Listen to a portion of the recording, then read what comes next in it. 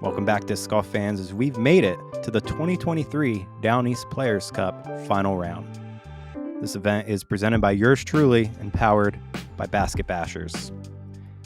It's so exciting to come to this event every year down in Greenville, North Carolina. This has been an A-Tier for many years now, and Gatekeeper has always been excited to showcase it to all these people. Derek, how you doing today? I'm doing well. Very excited. Like you said, we've been coming here for years. I believe 2020 was the first year we took a crack at it, and we've enjoyed coming back every year. We got Blake Poland on our final round coverage here, newcomer to the Gatekeeper coverage.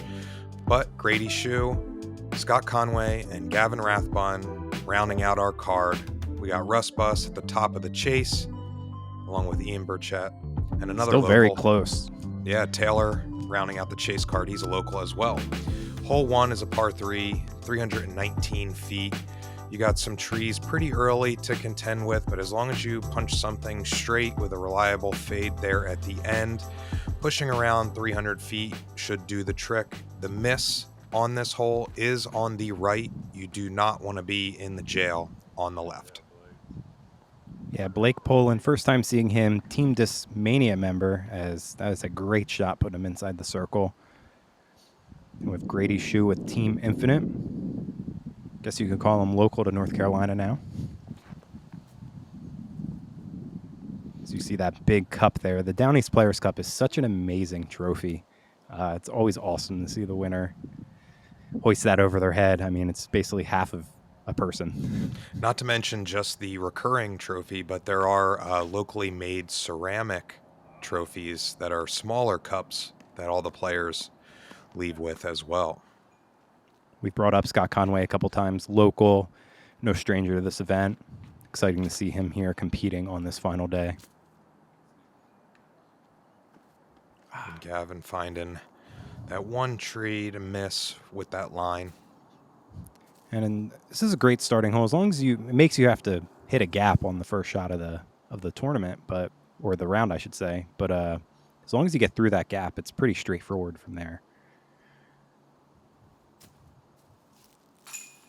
Oh, solid putt. Scott's got a great putting stroke, especially outside circle 2, or outside circle 1, sorry. Starts with the birdie.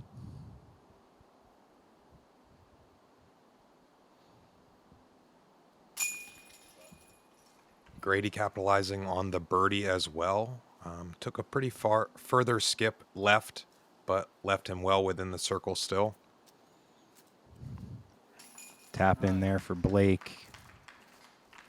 So 3 birdies to start us off. This beginning 9, I would say, is where you want to get a lot of the scoring done, especially these first 6 holes or so. All very gettable.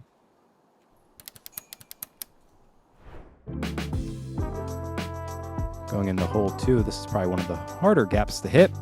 435 feet. We have OB over to the left, running the entire way over to this concrete path. We have OB over the fence to the right. Pretty good on the distance as well, so it definitely challenges the players. If they want to get aggressive and try to get inside the circle, that OB comes up very quickly on the left. There's a bailout that you can throw just over to the fence on the right. Wow, what a shot. Yeah, and you have that tree right smack dab in the middle of the gap there, so it does give you 2 lines to take. You either have the forehand line there on the left as a righty, or these textbook backhand lines. Yeah, these guys are making it look easy.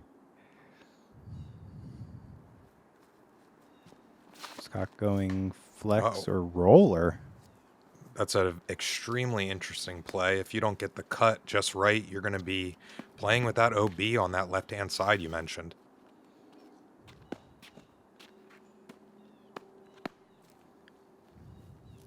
Not to mention that left side is the smaller of the 2.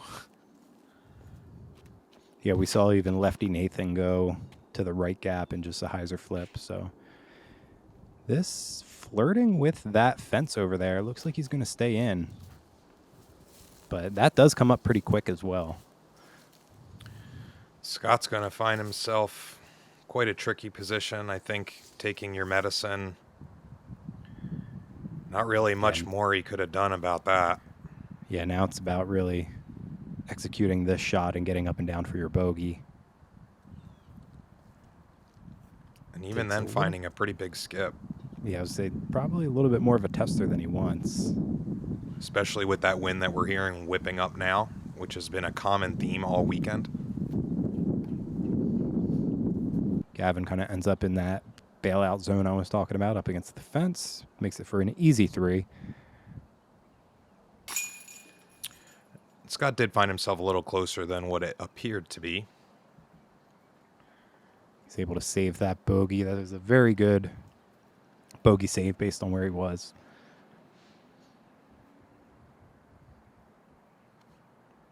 Blake trying to get his second birdie of the round to start us off.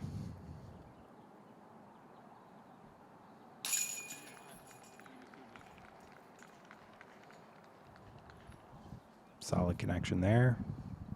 About 15, 20 feet.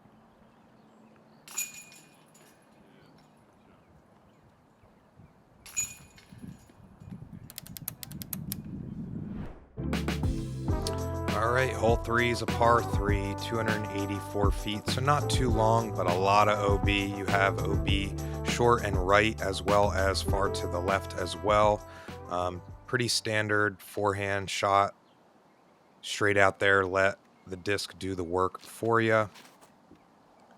Yeah, you almost want to feel like you saw it off kind of like this and really get it over to the right because that OB does come up pretty quick on the left backside there, only being about maybe 40 feet from the basket.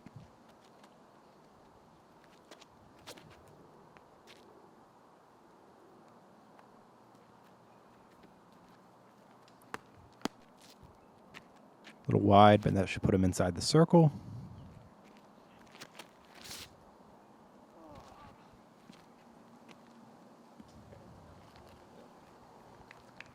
Pretty wide as well, but keeps it in bounds.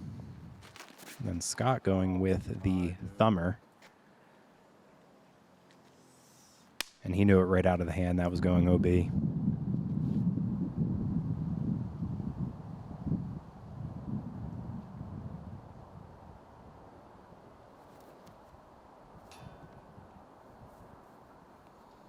After that big putt on hole 1, he's now looking at back-to-back bogeys.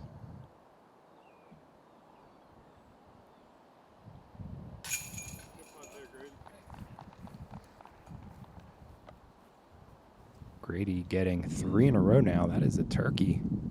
And that's how you want to start this final round.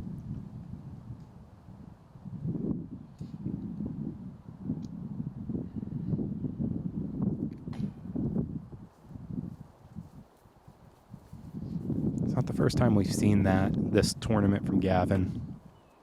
Couple just left a little too low. Yeah, it's almost like putting with uncertainty. Yeah, definitely a couple strokes left out there over this tournament so far with just inside circle putts.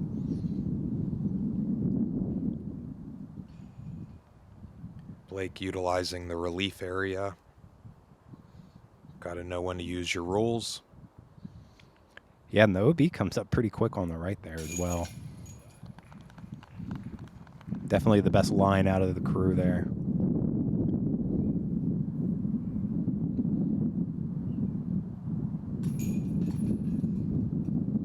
Couple cleanups. Maybe I need to save one for the next drive. Time delay, dude. That's a courtesy violation.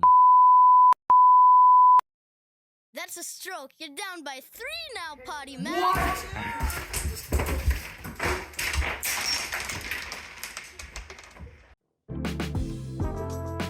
Moving into hole 4, par 3, 405 feet. Another tough gap to hit. And then you have this big open field, which the wind can play factor. And then you go back into the woods for the green. Very challenging shot overall. Really tough to get the birdie. It's common that people end up maybe in circle 2 to the right or to the left. It's really hard to actually get all the way down to the basket.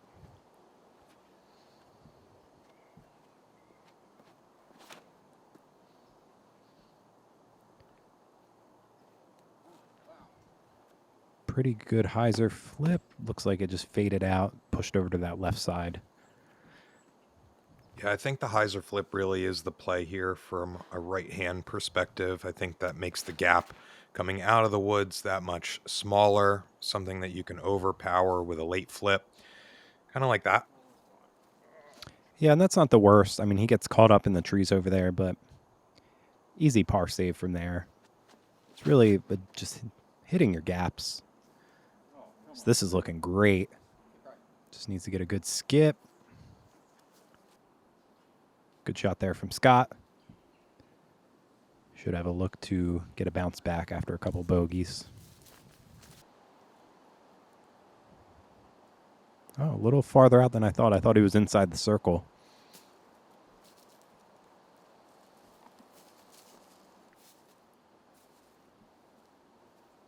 Scott fighting to get some green back on that card. Was not able to connect. Wow, Grady really pushed far there.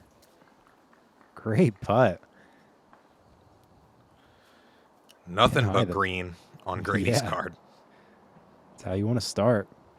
Gets pin high on hole 4.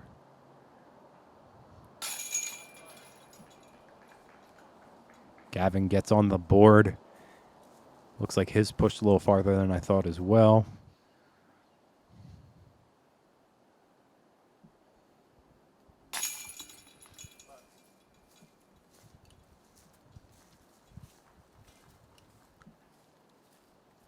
Scott ends the bleeding, but probably not the score he wanted.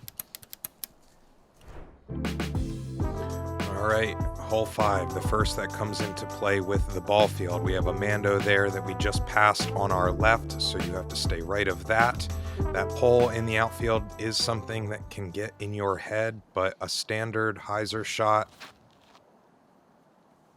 is the play.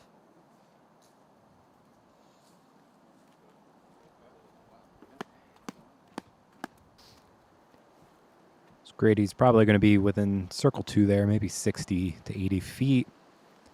This is a tricky one to get all the way to the basket. Ooh, cutting that one real close. Yeah, with the low ceiling and the angles, you either kind of end up short like that, or if you push it too far, sometimes you can find that tree line on the backside. Yeah, and that tree line is not thin by any means. So if you get even just a couple feet, you don't have much to get out. And as that soaring to the green. Wow. Talk about a game of inches. That was so close to hitting that pole.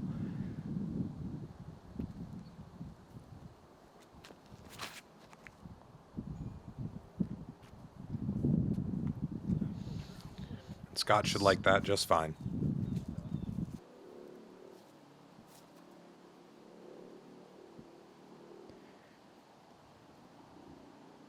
A little more ground action than I thought. A little tough when it's just the Oh my cam. God. Grady Perspective is going after it. 5 for 5. Putting clinic from Grady.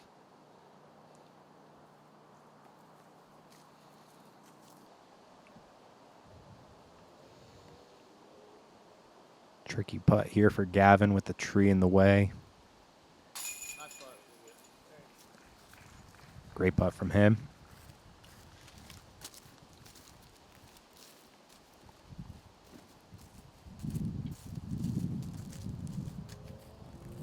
And Blake now to tie Grady for the lead.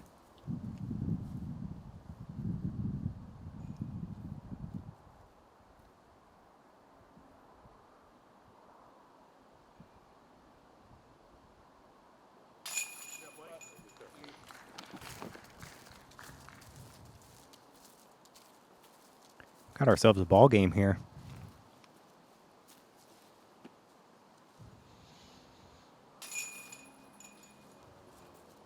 Yeah, you love to see just two players battling it out neck and neck.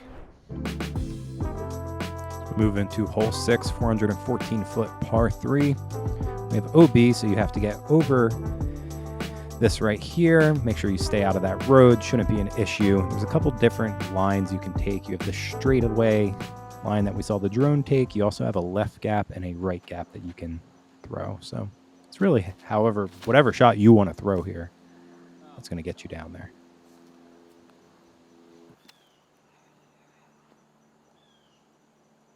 A little bit of a low release from Grady. Unless he throws in a 100-footer. We're going to see that birdie streak come to an end.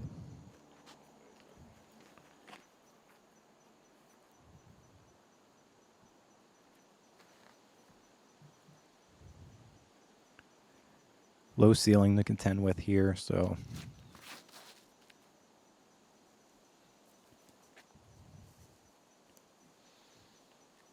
I like this right gap. That was a great tree kick. It's really good for the righty flex shot if you have it.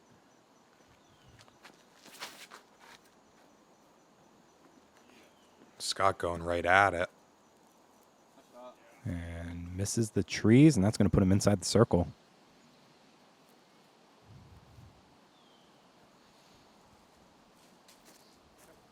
And he's human. He's going to take his first par of the round.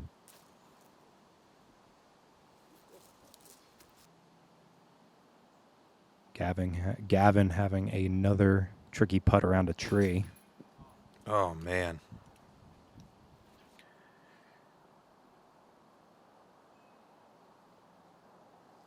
So Blake has the option of not letting up one bit, and we see this is something where if he gives Grady just an inch,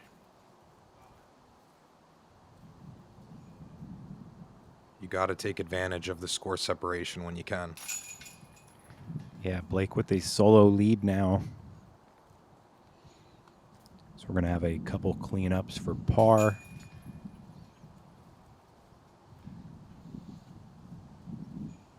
It's got to feel good knowing you're the only one to birdie the hole, taking strokes on the entire card.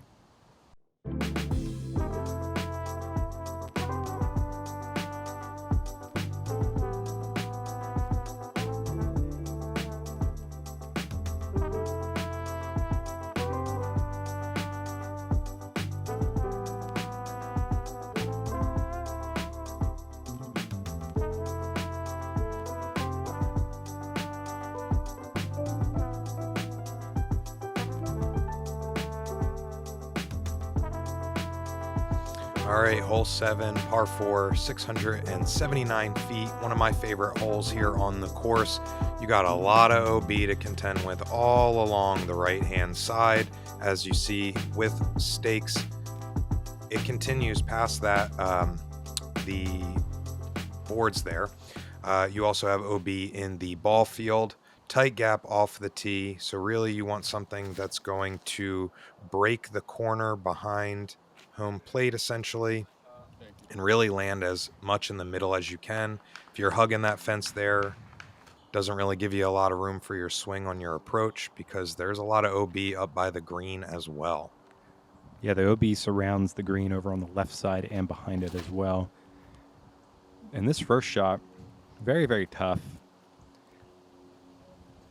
As Grady got a huge flare skip there. Your goal is to kind of get near that telephone pole. There's a shorter tee pad over there. It's just in the past, we've seen so many people over the years just crank it too hard. And then you play kind of a gamble to make sure you miss those pillars. So, and then we've seen many, many people go out of bounds here. As so far our card does it just right. No one even flirting with that OB over there. I would rather take the shots up against the fence. Yeah, I'd say placement-wise for Scott here, that's just about as good as you can get. Sans being, if you know, a little further, but good shot from Scott. That's going to put him right at circle's edge. He's going to have another chance to put some green on his scorecard. This is looking really good from Gavin. Ooh. Oh, man. Thought that was behind that tree. That was actually flirting with the OB. As you can see, that OB extends past the fence and really tightens up near that tree. Oh, wow. What a great approach. Blake with the furthest drive. Oh, no, and out of the That's hand. flirting. Yeah, that's gonna go be. I probably knew that right out of the hand.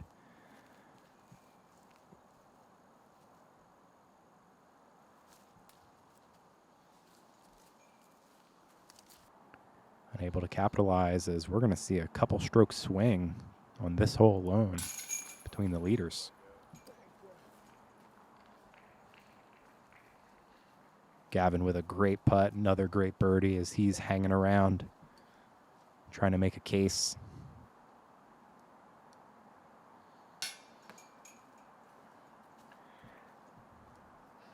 And it's just Scott going is bad to worse. Yeah, he's having a lot of trouble connecting on these birdie opportunities. Tagging metal, but just can't seem to find the middle.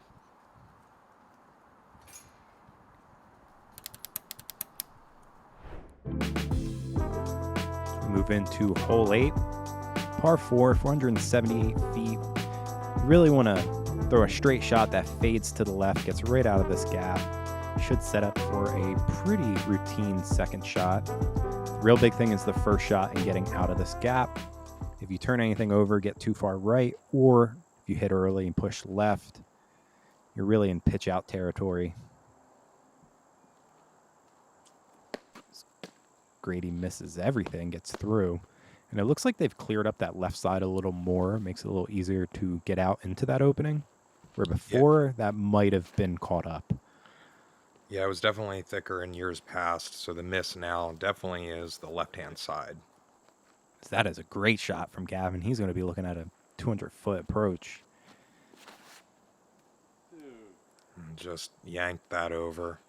Kick in the right direction. We'll have to see how that shakes out in that bush area there.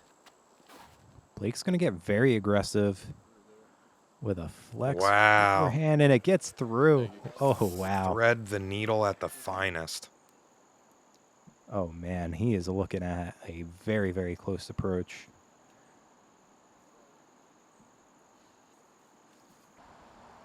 I would say fortunate kick for Scott. Yeah, Scott definitely did find himself with a little something. Couldn't make up ground too much, but should be able to play for his par. Follow the trend he's been showing us. Such a good shot from Grady there. Just a slight little drift to the right at the end with a little bit of skip that's pushing forward.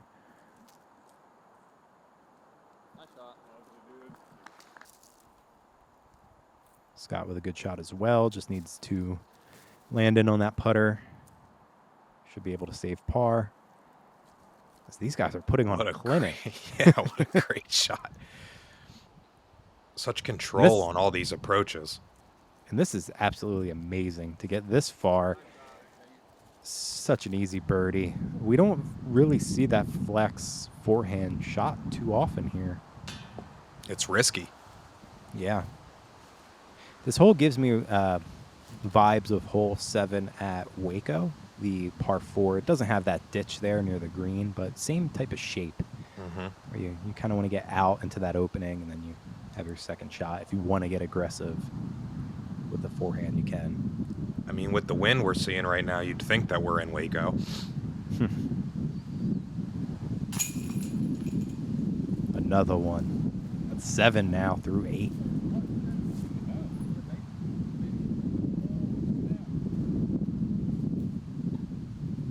Feeling good so far through a little more than a third of this round.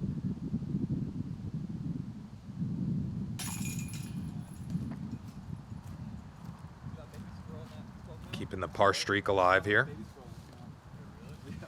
Yeah, definitely followed through, watched that one go in. And I think that was a good mental reset for him. Wouldn't be surprised if we see a couple birdies rattled off.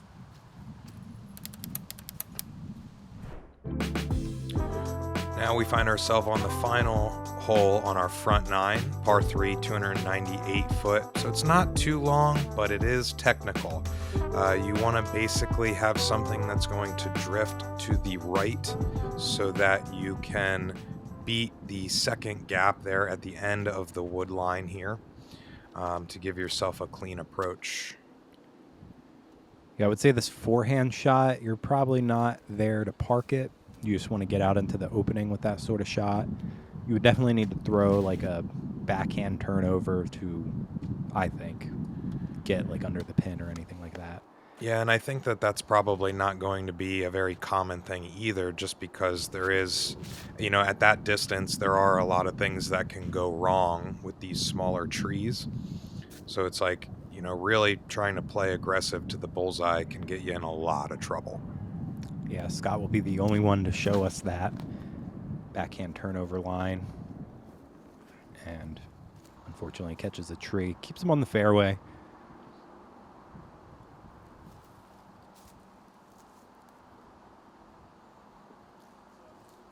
Good approach there. Should tack off another par.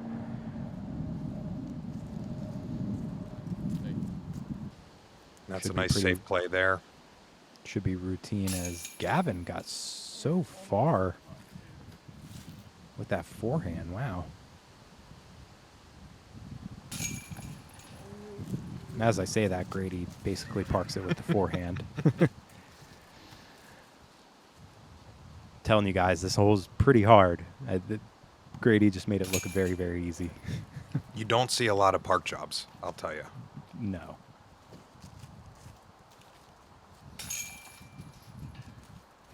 This hole has consistently come in as one of the harder holes, even though it's sub 300 feet. It's Grady taking another stroke, making a big push on this front nine, 8 through 9, just the one par. Couple bogeys from the other folks. Gavin still hanging around. So we only have 9 holes left, Derek. This is getting very close and very exciting. I think it's going to come down to the stretch. As you see on the front nine, a lot of green on Grady, so it's turning into the Grady show. He's not won it just yet, but we're excited to have you tune in to the back nine and see how it plays out. Thank you for tuning in, and we will catch you later.